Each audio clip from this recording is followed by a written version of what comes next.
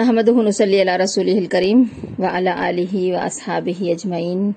برحمتک یا ارحم الراحمین۔ ربنا آتنا فی الدنیا حسنہ وفی الآخرۃ حسنہ وقنا عذاب النار۔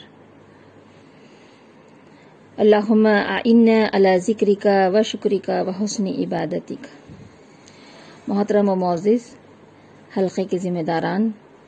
اور بہت ہی عزیز ارکان اور کارکن بہنوں، السلام علیکم ورحمۃ اللہ وبرکاتہ۔ الحمدللہ ہم لوگ جس مہم کے تحت یہ رجوع الی القرآن جو مہم ہم منا رہے ہیں اس کے تحت ہم یہاں جمع ہوئے ہیں۔ آج ہماری اس مہم کا پہلا دن ہے۔ یہاں سے یہ 10 روزہ مہم 14 اکتوبر سے 23 اکتوبر تک جاری رہے گی۔ رجوع الی القرآن، قرآن کی طرف رجوع ہونا، قرآن کی طرف پلٹنا، اس مہم کا یہ عنوان ہے۔ اسی عنوان سے یہ بات ہمارے سامنے آتی ہے کہ ہم قرآن کی جانب پلٹیں، لوٹیں، اس کو دیکھیں، اس کو پڑھیں، اس کو سمجھیں اور اس کے مطابق اپنی زندگیوں کو ڈھالیں، اپنے معاشرے کی اصلاح کریں اور ریاست کی تشکیل کریں۔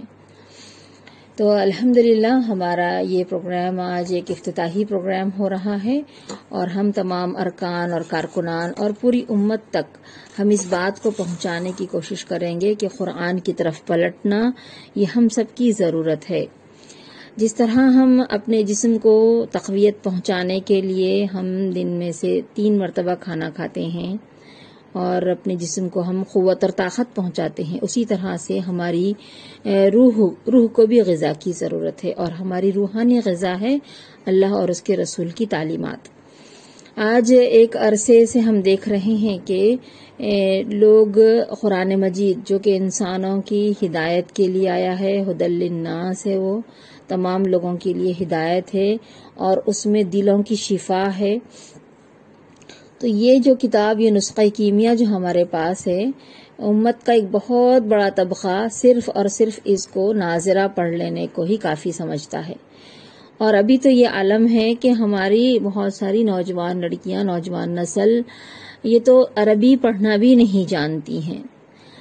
تو اس کے لیے ضروری ہے کہ ہم ایک تو ناظرہ قرآن اور تجوید وغیرہ سے قرآن مجید کو ہم سکھانے کی کوشش کریں، اور پھر اس کے بعد دوسرا اسٹیپ یہ ہو کہ ہم اس کو ترجمے سے سمجھنے کی کوشش کریں، اور پھر تیسرا اسٹیپ یہ ہو کہ تفاسیر کے ذریعے سے ہم اور اس کو ایکسپلینیشن جو اس کا ہوتا ہے اس کو ہم سمجھنے کی کوشش کریں۔ تو یہ رجوع الی القرآن جو مہم ہے اس کے تحت ہم ان تمام چیزوں کو، یہاں جتنی بھی ہماری خواتین اور طالبات اس پروگرام میں شریک ہیں، ان سب سے میری یہی گزارش ہے کہ ہم اپنے اطراف کا جائزہ لیں،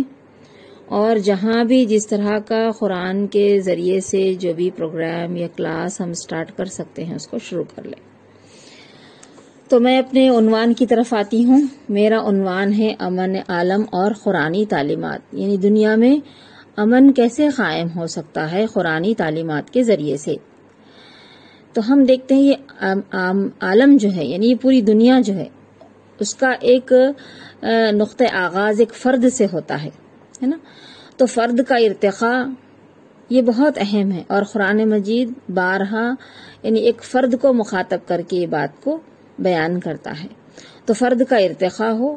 اسی طرح معاشرے کی تعمیر ہو، معاشرے میں جو خرابیاں آ گئی ہیں، در آئی ہیں، ان کو دور کیا جائے، اور اسی طرح سے ریاست کی تشکیل ہو، اور پھر ایک یعنی پورے عالم میں، پوری دنیا میں امن کو قائم کیا جائے۔ تو اس سلسلے میں ہم دیکھتے ہیں کہ قرآن مجید کی سورہ بنی اسرائیل، سورہ نمبر 17، جس کو سورہ اسراء بھی کہتے ہیں، وہاں اللہ تعالیٰ ایک پورا منشور دیتے ہیں، ایک عالم کو، ایک ریاست کو کس طرح سے ہونی چاہیے، اور اس میں کیا کیا چیزیں ہوں جس سے ایک انسان کی جو ریاست ہے، جو عالم ہے، اس میں امن آ سکتا ہے۔ تو ایک پورا منشور اور پورا ایک چارٹر یہاں پر دیا گیا ہے۔ میں یہاں آپ لوگوں کے سامنے اس بات کو رکھنا چاہوں گی کہ سورہ بنی اسرائیل کے دوسرا جو رکوع ہے، دوسرا رکوع پورا کا پورا اسی منشور پر قائم ہے۔ میں اس کی یہاں پر تلاوت کرتے ہوئے آپ کو یعنی کچھ چیزیں اس سے سمجھانے کی کوشش کروں گی۔ اعوذ باللہ من الشیطان الرجیم بسم اللہ الرحمن الرحیم وقضى ربك الا تعبدوا الا اياه وبالوالدين احسانا اما يبلغن عندك الكبر احدهما او كلاهما فلا تقل لهما اف ولا تنهرهما وقل لهما قولا كريما. یہ سورہ جو سورہ اسرا ہے اس کی آیت نمبر 23 میں اللہ تعالیٰ ارشاد فرماتے ہیں کہ وَقَضَىٰ رَبُّكَ کہ تمہارے رب نے یہ فیصلہ کر دیا ہے. کیا فیصلہ کیا ہے؟ اللہ تعبدوا الا ایاہ کہ نہ تم عبادت کرو مگر صرف اسی کی، یعنی اللہ کے سوا تم کسی اور کی عبادت نہ کرو. یعنی اللہ ہی ہے جو ہمارا معبود حقیقی ہے، جس نے ہمیں اور اس پوری کائنات کو پیدا کیا، اور وہ تنہا مالک ہے. اور اس مالک حقیقی نے ہمارے لیے جو ہدایت نامہ یہ جو بھیجا ہے اس کے تحت ہم اپنی زندگیوں کو گزاریں، اسی کو معبود برحق مانیں. وہی ہمارا مشکل کشا ہے، وہی ہمارا حاجت روا ہے، وہی ہماری دعاؤں کو سننے والا ہے، وہی ہماری مشکلات کو دور کرنے والا ہے، وہی ہماری مادی ضروریات اور روحانی ضروریات کو جانتا ہے. ہماری فطرت کیا چاہتی ہے وہ جانتا ہے. اسی لیے اس رب کریم نے ہمارے لیے قرآن مجید کو نازل کیا ہے، جس کے ذریعے سے ہم صحیح اور غلط کو ہم دیکھ سکتے ہیں، اس کے تناظر میں ہم دیکھ سکتے ہیں. ہمارے سامنے صحیح اور غلط دونوں بھی راستے رکھ دیے گئے ہیں اور دونوں کا بھی انجام ہمیں بتا دیا گیا ہے. اب آپ اس بات پر غور کیجئے کہ اگر اللہ تعالیٰ ہمیں یہ تمام چیزیں اگر نہ بتاتا ہوتا تو ہمارے پاس کیا سورس تھا، کیا ذریعہ تھا کہ جس کے ذریعے سے ہم یہ سمجھ پاتے کہ صحیح راستہ کون سا ہے اور غلط راستہ کون سا ہے. یہ سب سے بڑی اللہ تعالیٰ کی مہربانی ہے اور یہ سب سے بڑی نعمت ہے، نعمت عظمیٰ ہے قرآن مجید، کہ اس نے ایک مکمل تعلیمات، مکمل شریعت ہم کو عطا کی اور جس میں قیامت تک کے لیے رہنمائی ہے، اور جس پر آپ صلی اللہ علیہ وسلم نے عمل کر کے ایک پاکیزہ معاشرہ ہم کو بنا کر دکھا دیا ہے، جو ہم نے اپنی آنکھوں سے دیکھا ہے اس زمین نے اور اس آسمان نے. اور باجی آپ کی آواز بہت بریک ہو رہی ہے. اچھا میں تھوڑا اپنی جگہ بدل دوں، دیکھتی ہوں میں جگہ تبدیل کر کے. تو یہاں ہم کو یہ دیکھنا ہوگا کہ وہ تعلیمات کیا ہیں جس کے تحت ہم اپنی زندگیوں کو بھی بہتر انداز میں گزاریں اور خود بھی ترقی کے ساتھ ارتقا پذیر ہوتے ہوئے، اپنی ہمہ جہت ترقی کرتے ہوئے اور ساتھ ہی تمام انسانوں کی ترقی کرتے ہوئے ہم اپنی زندگی کو گزاریں. اور انشاءاللہ اس کے بعد والی جو ہماری زندگی رہے گی اس زندگی میں بھی انشاءاللہ جب ہم اللہ اور اس کے رسول کے بتائے ہوئے تعلیمات کے مطابق اپنی زندگی گزاریں گے تو انشاءاللہ پھر ہماری آخرت بھی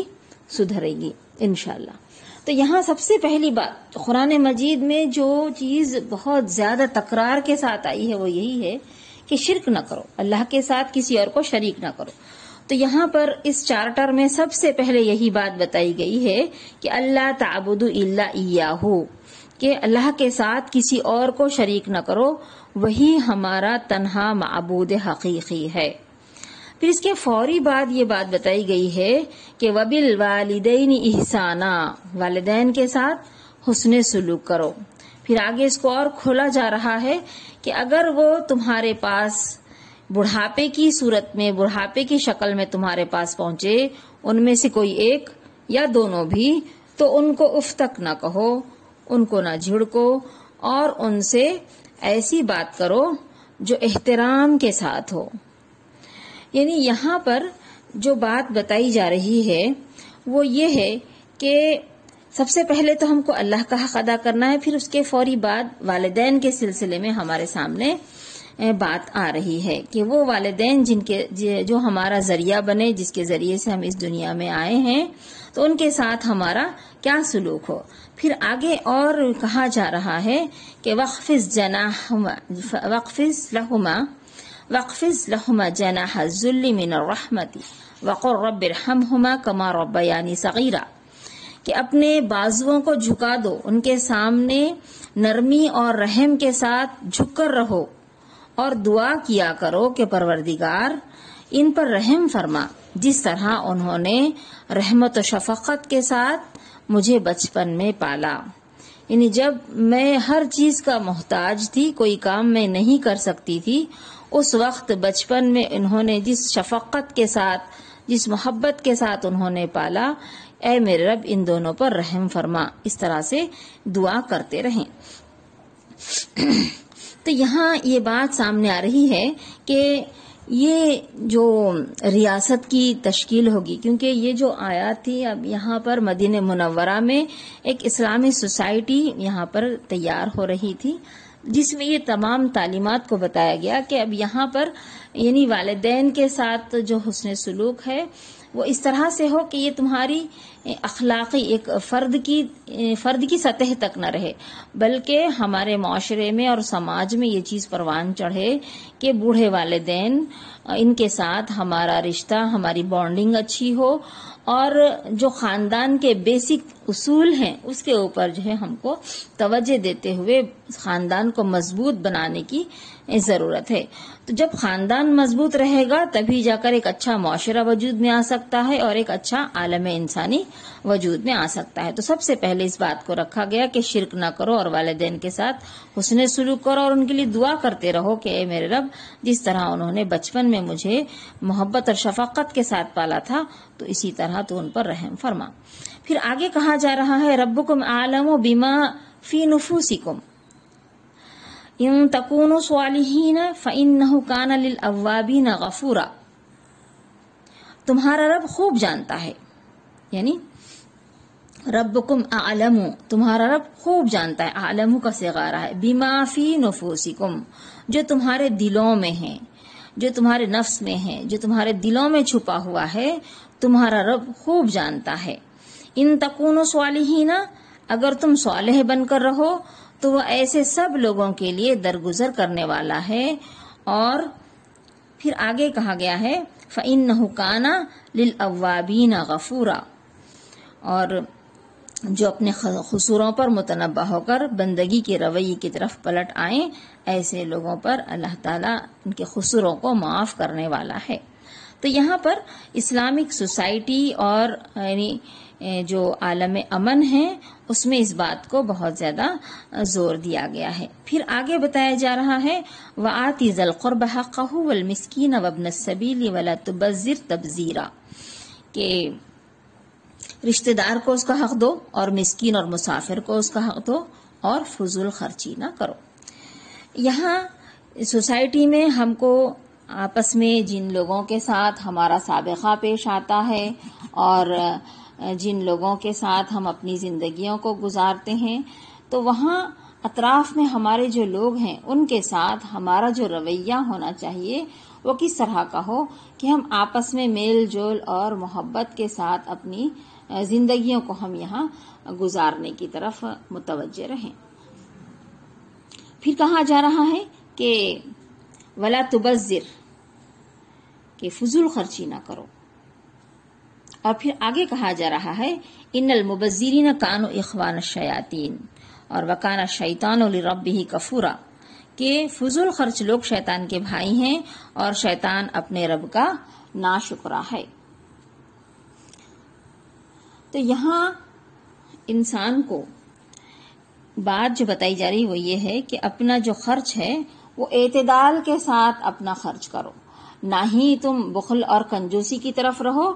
اور نہ ہی بہت زیادہ یعنی اسراف کرنے لگ جاؤ، بہت زیادہ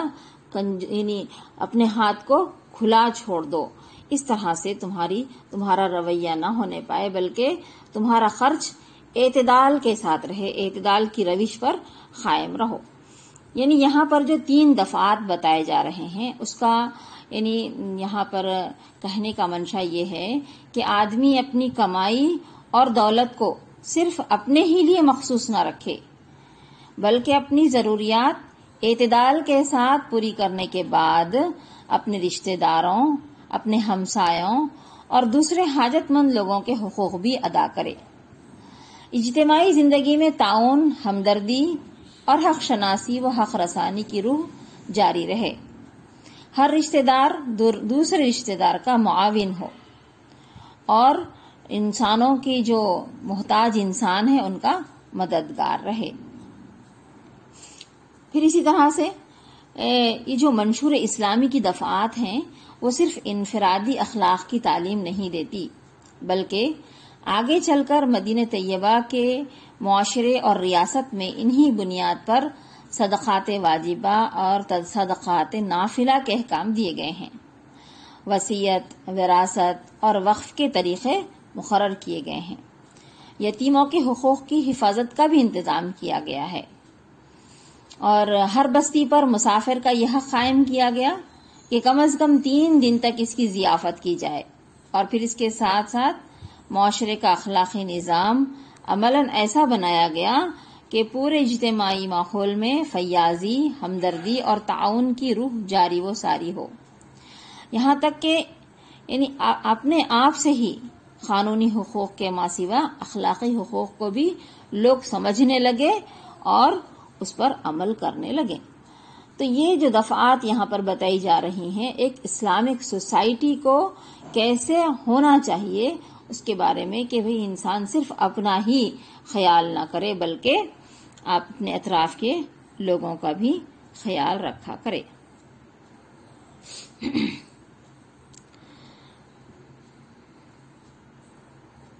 پھر آگے اللہ تعالیٰ ارشاد فرما رہے ہیں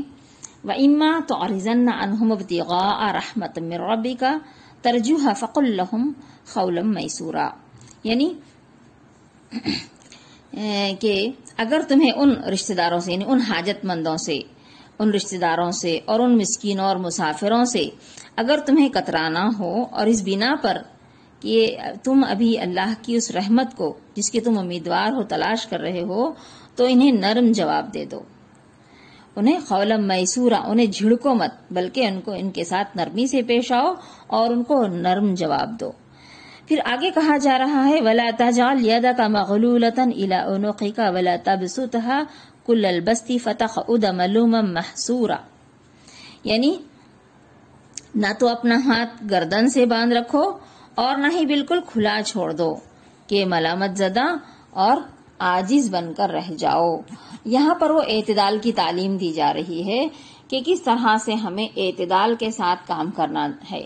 یہاں پر جو استعارہ ہے، جو یہاں ایک یعنی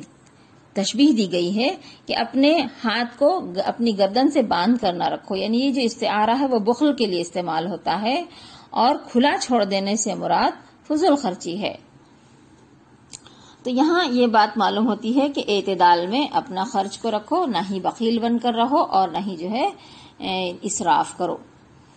اور اسی طرح سے یہاں بھی محض اخلاقی تعلیم اور انفرادی ہدایات تک یہ چیزیں محدود نہیں ہیں، بلکہ اس سے ایک صالح معاشرے کو اخلاقی تربیت،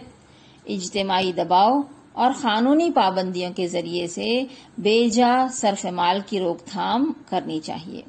چنانچہ آگے چل کر ہم دیکھتے ہیں کہ مدینہ طیبہ کی ریاست میں ان دونوں دفعات کے منشا کی صحیح ترجمانی مختلف عملی طریقوں سے کی گئی ہے۔ ایک طرف فضول خرچی اور عیاشی کی بہت سی صورتوں کو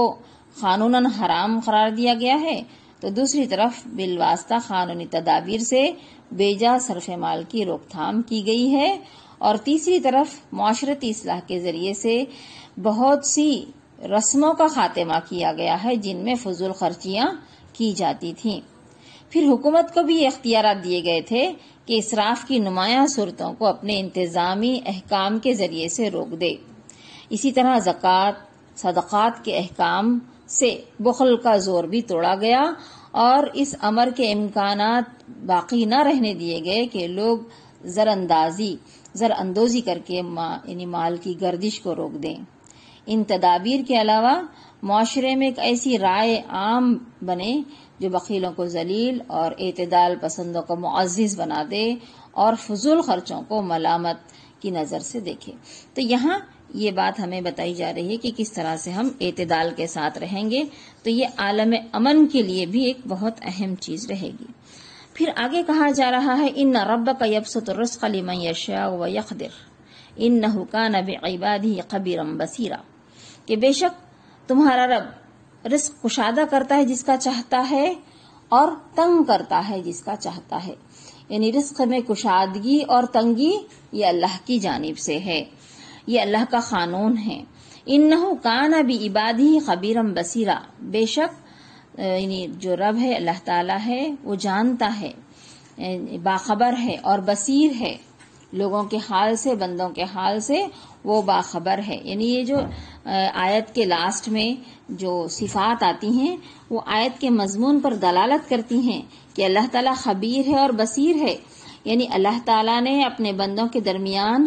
رزق کی بخشش میں کمی و بیشی کا جو فرق رکھا ہے، انسان اس کی مصلحتوں کو نہیں سمجھ سکتا،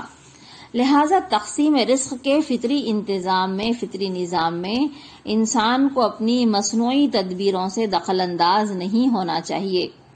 فطری نامساوات کو مصنوعی مساوات میں تبدیل کرنا، یعنی جو فطرت میں اللہ تعالیٰ نے فطری طریقے سے کسی کو کم دیا ہے، کسی کو زیادہ دیا ہے، کسی کو دولت مند بنایا ہے، کسی کو غریب بنایا ہے، کسی کو درمیانہ بنایا ہے، تو یہ اللہ تعالیٰ کی تقسیم ہے۔ اگر ہم چاہیں کہ یہ سب کمیونزم جو تھا، دیکھیے وہ یہی کہتے تھے نا کہ دولت سب کے پاس برابر رہے، تو یہ فطری چیز نہیں ہے۔ اللہ تعالیٰ نے یہ جو یعنی یہاں پر تفریق رکھ دی ہے، یہ جو فرق رکھا ہے، یہ اللہ تعالیٰ کی مصلحت ہے۔ یہ پھر یہاں ایک صحیح معاشی نظام وہی ہے جو خدا کے مقرر کیے ہوئے طریقے تقسیم رزق سے قریب تر ہو۔ اس فقرے میں قانون فطرت کے جس قاعدے کی طرف رہنمائی کی گئی ہے، اس کی وجہ سے مدینے کے اصلاحی پروگرام میں یہ تخیل سرے سے نہیں تھا کہ رزق اور وسائل کا جو فرق ہے اور یہ تفاوت ہے، یہ کوئی برائی ہے جسے مٹانا ضروری ہے، اس طرح کی کوئی چیز وہاں نہیں تھی۔ اس کے برعکس مدینہ طیبہ میں انسانی تمدن کو صالح بنیادوں پر قائم کرنے کے لیے جو راہ عمل اختیار کی گئی وہ یہ تھی کہ فطرت اللہ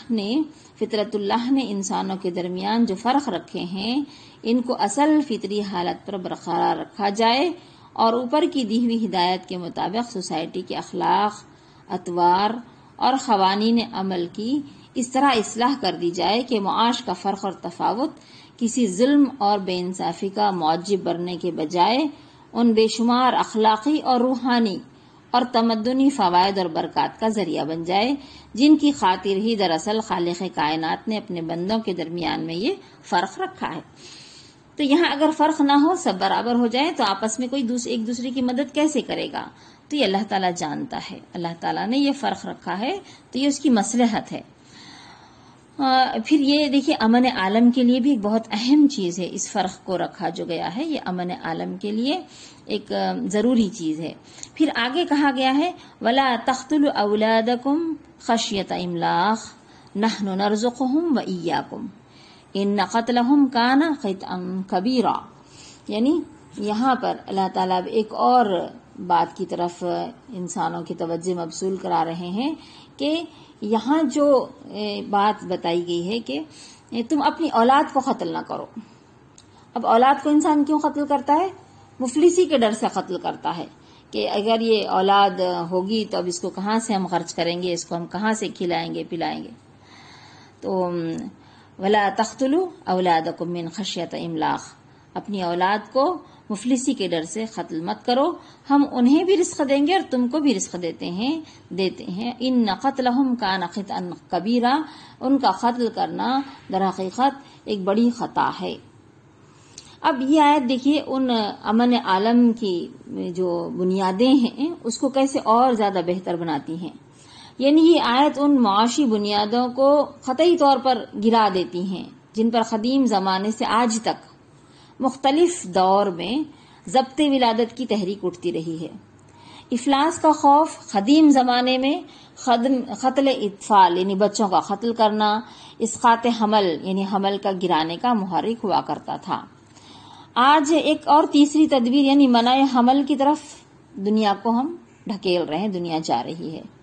لیکن منشور اسلامی کی دفعہ انسان کو ہدایت کرتی ہے کہ وہ کھانے والوں کو گھٹانے کی تخریبی کوشش نہ کریں، بلکہ تعمیری کوششوں کے ذریعے سے اپنی قوتوں اور قابلیتوں کو صرف کرے جن سے اللہ کے بنائے ہوئے قانون فطرت کے مطابق رزق میں افزائش ہوتی ہے۔ اس دفعہ کی روح سے یہ بات انسان کی بڑی غلطیوں میں سے ایک ہے کہ وہ بار بار معاشی ذرائع کی تنگی کے اندیشے سے نسل کو روکنے کی کوشش کرتا ہے، افزائش نسل کا سلسلہ روک دینے پر آمادہ ہوتا ہے۔ تو یہاں انسان کو متنبہ کیا جا رہا ہے کہ رزق رسانی کا انتظام تمہارے ہاتھ میں نہیں ہے،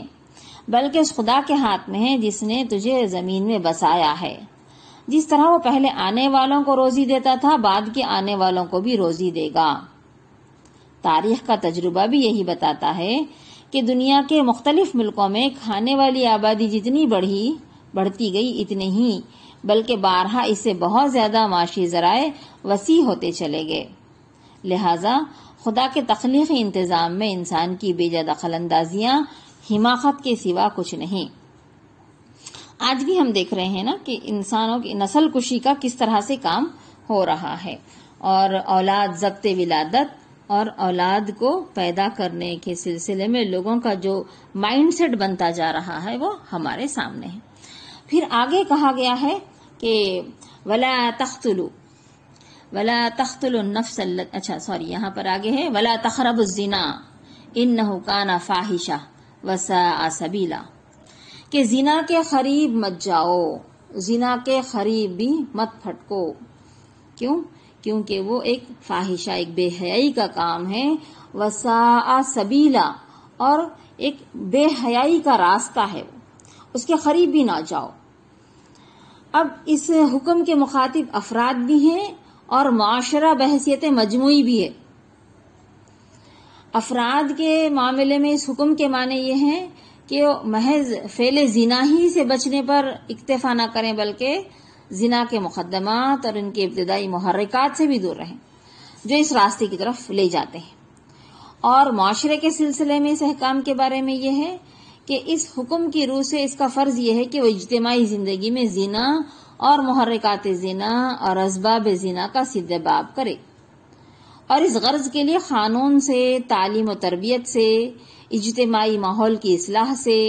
معاشرتی زندگی کی مناسب تشکیل سے اور دوسرے تمام مؤثر ذرائع سے، مؤثر تدابیر سے کام لے۔ دیکھیں یہاں یہ جو دفعہ ہے، یہ جو منشور میں دفعہ بتائی گئی ہے کہ اسلامی نظام زندگی کے ایک وسیع باب کی بنیاد بنتی ہے۔ آج آپ دیکھیے کہ جب ایک خاندانی نظام درہم برہم ہو جاتا ہے تو وہ یہیں سے ہوتا ہے۔ زنا کی ابتدا جب ہوتی ہے تو یہیں سے ایک خاندانی نظام درہم برہم ہوتا ہے۔ لیکن آج ہم دیکھتے ہیں کہ امن عالم میں جو چیز خلل پیدا کر رہی ہے وہ یہی ہے، اور لوگ اس کو یہ سمجھ رہے ہیں کہ یہ تو اس کو قانونی طور پر، یعنی ریاستوں میں قانونی طور پر اس کو یعنی کوئی خراب چیز نہیں بتائی جا رہی ہے، بلکہ اس کے لیے قوانین بنا رہے ہیں اور اس کے لیے آسانیاں پیدا کی جا رہی ہیں۔ زنا کے لیے، لیو ان ریلیشن شپ کے لیے، اس سے آگے بڑھ کر اب گے سسٹم جو آ رہا ہے، LGBTQ+ وغیرہ، یہ ساری چیزیں آپ دیکھیں کہ کس طرح سے ہماری جو خاندانی نظام ہے اس کو درہم برہم کر رہی ہے۔ اور جب خاندانی نظام درہم برہم ہو جائے گا تو ایک معاشرہ، ایک ریاست اور ایک پورا امن عالم ڈسٹرب ہو کر رہ جائے گا۔ عالم میں امن نہیں بلکہ یہاں پر لوگ پریشان اور بربادی کی طرف جائیں گے۔ تو یہاں اس بات کو رکھا گیا کہ اگر تم امن میں، یعنی عالم میں امن چاہتے ہو تو تمہیں ان ساری برائیوں سے تمہیں رکنا ہوگا، زنا سے بچنا ہوگا۔ پھر آگے کہا گیا ہے وَلَا تَقْتُلُوا النَّفْسَ الَّتِي حَرَّمَ اللَّهُ إِلَّا بِالْحَقِّ وَمَنْ قُتِلَ مَظْلُومًا فَقَدْ جَعَلْنَا لِوَلِيِّهِ سُلْطَانًا فَلَا يُسْرِفْ فِي الْقَتْلِ إِنَّهُ كَانَ مَنصُورًا، کہ یہاں پر اب بتایا گیا ہے کہ قتل نفس کا ارتکاب نہ کرو جسے اللہ نے حرام کیا ہے مگر حق کے ساتھ، اور جو شخص مظلومانہ قتل کیا گیا ہو اس کے ولی کو ہم نے قصاص کے مطالبے کا حق دیا ہے، بس چاہیے کہ وہ قتل میں حد سے نہ گزرے، اس کی مدد کی جائے گی۔ اب دیکھیے قتل نفس سے مراد صرف دوسروں کا قتل ہی نہیں بلکہ خود اپنے آپ کا قتل کرنا بھی ہے، اس لیے کہ نفس جس کو اللہ نے ذی حرمت ٹھہرایا ہے، اس کی تعریف میں دوسرے نفوس کی طرح انسان کا اپنا نفس بھی داخل ہے۔ لہذا جتنا بڑا جرم اور گناہ قتل انسان ہے، اتنا ہی بڑا جرم اور گناہ خودکشی بھی ہے۔ آدمی کو بڑی غلط فہمیوں میں سے ایک غلط فہمی یہ ہے کہ وہ اپنے آپ کو اپنی جان کا مالک سمجھتا ہے اور اپنی اس ملکیت کو بااختیار خود وہ تلف کرنے کا مجاز اپنے آپ کو سمجھتا ہے، حالانکہ یہ جان اللہ کی ملکیت ہے اور اس کا اتلاف تو درکنار، اس کا بیجا استعمال کرنے کا بھی انسان مجاز نہیں ہے۔ دنیا کی اس امتحان گاہ میں اللہ تعالیٰ جس طرح بھی امتحان لے، اس طرح ہمیں آخر وقت تک امتحان دیتے رہنا چاہیے، خواہ حالات امتحان اچھے ہوں یا برے ہوں۔ اللہ کے دیے ہوئے وقت کو حسداً ختم کر کے امتحان گاہ سے بھاگ نکلنے کی کوشش کرنا غلط ہے۔ اور پھر اسی طرح سے آگے بات آ رہی ہے کہ اسلامی قانون میں قتل بالحق کو صرف 5 صورتوں میں محدود کر دیا گیا ہے، لمٹ کر دیا گیا ہے۔ وہ 5 صورتیں کیا ہیں کہ قتل عمد کے مجرم سے قصاص، یعنی جو عمدن جان بوجھ کر جو قتل کرتا ہے اس سے قصاص لینا۔ دوسرے، دین حق کے راستے میں مزاحمت کرنے والوں سے جنگ۔ تیسرے، اسلامی نظام حکومت کو الٹنے کی جو کوشش کرتے ہیں ان کو سزا۔ چوتھے، شادی شدہ مرد یا عورت کو ارتکاب زنا کی سزا، اس میں قتل کیا جا سکتا ہے۔ 5ویں، ارتداد کی سزا۔ یہی 5 صورتیں ہیں جس میں انسانی جان کی حرمت نہیں رہتی اور اسے قتل کرنا جائز ہو جاتا ہے۔ تو یہ 5 صورتیں ہیں۔ پھر اس کے بعد اس کے جو ولی ہے ان کو قصاص وغیرہ کا حکم دیا گیا کہ وہ بدلہ لے سکتے ہیں۔ اور قتل میں حد سے گزرنے کی بہت ساری صورتیں ہو سکتی ہیں، مثلا جوش انتقام میں مجرم کے علاوہ دوسروں کو قتل کرنا، یا مجرم کو عذاب دے کر مارنا، یا مار دینے کے بعد اس کی نعش پر غصہ نکالنا، یا خون بہا لینے کے بعد بھی پھر اسے قتل کر دینا۔ تو یہ جو اس میں آگے بڑھ جانے، حد سے گزر جانے والی چیزیں ہیں اسے روکا گیا ہے۔ تو یہاں یہ بات بتائی گئی ہے کہ ایک یعنی عالم میں امن قائم کرنے کے لیے اس منشور کی اس دفعہ پر عمل کرنا ہوگا۔ پھر آگے کہا گیا ہے وَلَا تَقْرَبُوا مَالَ الْيَتِيمِ إِلَّا بِالَّتِي هِيَ أَحْسَنُ حَتَّى يَبْلُغَ أَشُدَّهُ وَأَوْفُوا بِالْعَهْدِ إِنَّ الْعَهْدَ كَانَ مَسْئُولًا، کہ مال یتیم کے قریب بھی نہ جاؤ، مال یتیم کے قریب بھی نہ پھٹکو، اور مگر احسن طریقے سے، یہاں تک کہ وہ اپنے شباب کو پہنچ جائے۔ یبلغ اشدہ وَأَوْفُوا بِالْعَهْدِ، کہ دیکھو عہد کی پابندی کرو، بے شک عہد کے بارے میں پوچھا جائے گا، تم کو جواب دہی کرنی ہوگی۔ یہاں پر بھی محض اخلاقی ہدایت نہیں تھی، بلکہ آگے چل کر جب ایک اسلامی حکومت قائم ہوئی تو یتیموں کے حقوق کی حفاظت کے لیے انتظامی اور قانونی دونوں طرح کی تدابیر اختیار کی گئیں، جن کی تفصیل ہم کو حدیث اور فقہ کی کتابوں میں ملتی ہے۔ اور پھر کہا گیا کہ جب یعنی عہد بھی کیا جاتا ہے تو اس کو پوری طرح پورا کرو،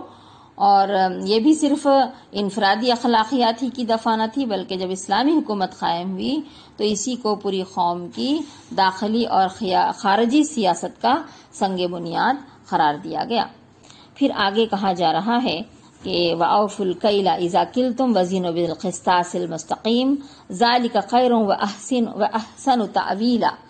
کہ یہاں ایک اور یعنی بات کی طرف اشارہ کیا گیا ہے کہ کس طرح سے سماج میں ایک عدل قائم ہو سکتا ہے۔ تو یہاں بتایا گیا ہے کہ پیمانے جو تولتے ہو تم، جو تم ناپ و تول کرتے ہو، پیمانے سے دو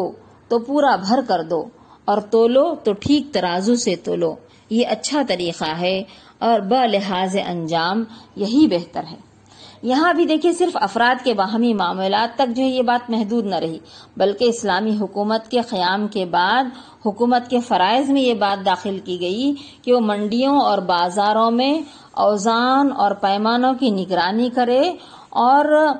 تطفیف یعنی ترازو میں جو ڈنڈی مارنے کا معاملہ ہے اس کو بند کر دے۔ پھر اسی سے یہ وسیع اصول بھی اخذ کیا گیا کہ تجارت اور معاشی لین دین میں ہر قسم کی بے ایمانیوں اور حق تلفیوں کا سدباب کرنا حکومت کے فرائض میں سے ہے۔ دیکھیے آج آپ دیکھ رہے ہیں، آپ اور ہم سب، کہ یہ جو یعنی عالم میں یہ جو پریشانیاں اور جو پرابلمز آ گئے ہیں، جو ہر طرف فساد برپا ہو گیا ہے، اس کی ایک وجہ یہ ہے کہ ناپ تول میں ڈنڈی، پھر چیزوں کی ملاوٹ، یہ ساری چیزیں اس کے اندر آ گئی ہیں جس کی وجہ سے پورا عالم کا نظام گڑبڑا گیا ہے۔ تو یہاں پر بتایا گیا ہے کہ دنیا میں بھی اور آخرت میں بھی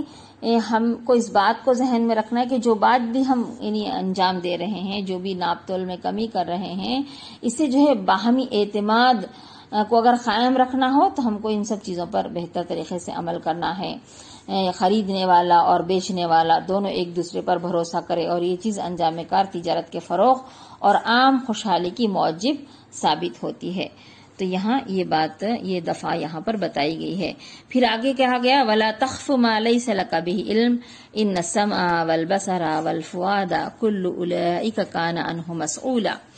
کہ کسی ایسی چیز کے پیچھے نہ لگو جس کا تمہیں علم نہ ہو، یقیناً آنکھ، کان اور دل سب ہی کی باز پرس ہونی ہے۔ دیکھیے یہ بھی ایک اہم منشور اور ایک اہم دفعہ یہاں پر بتائی جا رہی ہے کہ جو چیز کا تمہیں علم نہ ہو اس کے پیچھے نہ پڑو۔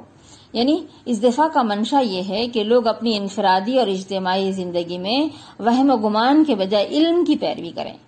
اسلامی معاشرے میں اس منشا کی ترجمانی وسیع پیمانے پر اخلاق میں، قانون میں، سیاست میں اور انتظام ملکی میں، علوم و فنون اور نظام تعلیم میں، غرض ہر شعبہ حیات میں کی گئی ہے، اور ان بے شمار خرابیوں سے فکر و عمل کو محفوظ کر دیا گیا ہے جو علم کے بجائے گمان کی پیروی کرنے سے انسانی زندگیوں میں رونما ہوتی ہے۔ اخلاق میں ہدایت کی گئی کہ بدگمانی سے بچو اور کسی شخص یا گروہ پر بلا تحقیق کوئی الزام نہ لگاؤ۔ قانون میں مستقل اصول طے کر دیا گیا ہے کہ محض شبے پر کسی کے خلاف کوئی کارروائی نہ کی جائے، اور تفتیش جرائم میں قاعدہ مقرر کیا گیا کہ گمان پر کسی کو پکڑنا، مار پیٹ کرنا، حوالات میں دے دینا قطعی ناجائز ہے۔ دیکھیے آج آپ دیکھیں نا کس طرح سے یہ سب چیزیں ہو رہی ہیں جو عالم میں، پورے عالم میں ایک ہلچل اور پریشانیوں کا موجب ہو رہی ہے کہ بغیر علم کے لوگوں کو پکڑا جا رہا ہے اور جیلوں میں بند کیا جا رہا ہے۔ تو یہاں کہا گیا ہے کہ بدگمانی نہیں بلکہ علم کی بنا پر یہ سارے کام ہونے چاہیے۔ پھر آگے خاص طور سے اس بات کی طرف بھی متوجہ کیا گیا ہے کہ دیکھو یہ جو تمہاری آنکھ ہے، تمہاری سماعت ہے، تمہاری بصارت ہے اور تمہارا جو دل ہے، یہ وہ تین چیزیں ہیں جو انسان کو ہدایت اور رہنمائی کی طرف لے کر آتی ہیں۔ تو کہا گیا ہے کہ یہ تینوں چیزوں کی طرف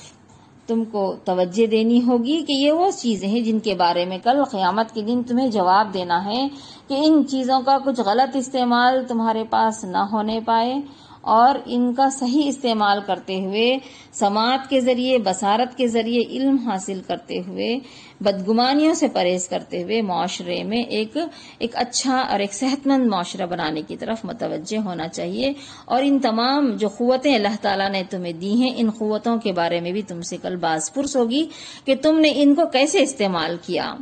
اس کو بھلائی کی طرف کتنا لگایا اور برائی کی طرف کتنا لے گئے۔ پھر آگے کہا جا رہا ہے وَلَا تَمْشِ فِي الْأَرْضِ مَرَحًا إِنَّكَ لَن تَخْرِقَ الْأَرْضَ وَلَن تَبْلُغَ الْجِبَالَ طُولًا، کہ یہاں پر ایک اور اہم بات کی طرف متوجہ کیا گیا ہے کہ تم اس زمین میں اکڑ کر نہ چلو،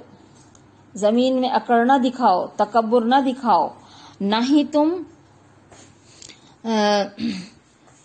زمین کو پھاڑ سکتے ہو، تخرق الارض، نہ ہی تم زمین کو پھاڑ سکتے ہو اور نہ ہی تم پہاڑوں کی بلندی کو تم پہنچ سکتے ہو۔ اور تو یہاں تکبر کے بارے میں ہے کہ جباروں اور متکبروں کی روش سے بچو، ان کی جیسی روش اختیار کرنے سے بچو۔ یہ ہدایت بھی انفرادی طرز عمل اور قومی رویے دونوں پر یکساں حاوی ہوتی ہے، اور اسی ہدایت کا فیض تھا کہ مدینہ طیبہ میں جو حکومت اس منشور پر قائم ہوئی، اس کے فرما رواؤں، گورنروں اور سپہ سالاروں کی زندگی میں جباری اور کبریائی کا شائبہ تک نہیں تھا۔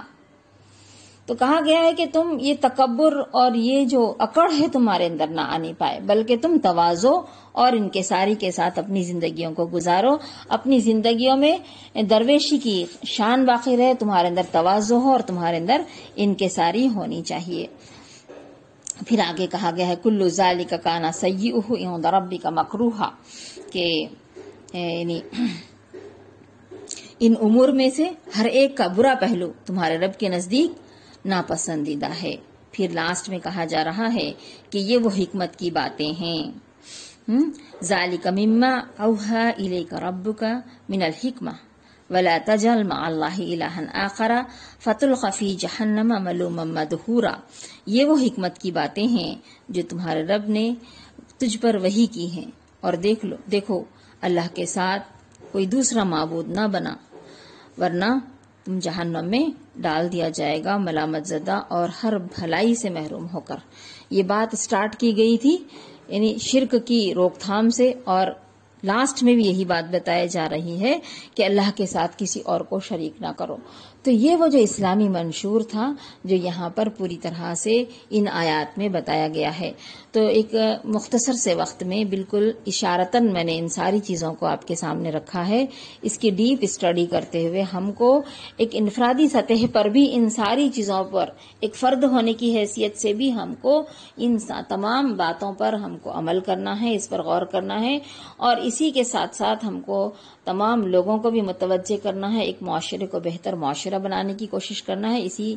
اسی منشور پر، انہی دفعات پر ریاست کی بھی تشکیل ہونی چاہیے. تو ہم دیکھتے ہیں کہ قرآن مجید کی یہ جو آیات ہے، ایک پورے عالم میں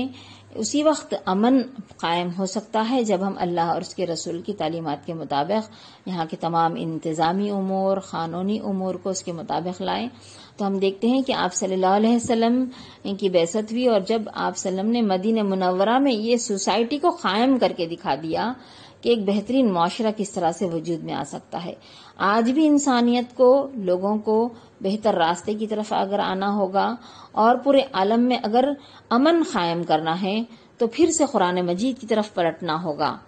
تبھی جا کر ان تعلیمات کو جب ہم رائج اور نافذ کریں گے تبھی جا کر ہمارے پورے عالم میں، اس دنیا میں امن قائم ہو سکتا ہے. تو اللہ تعالیٰ ان تمام تعلیمات کو بغور پڑھنے کی،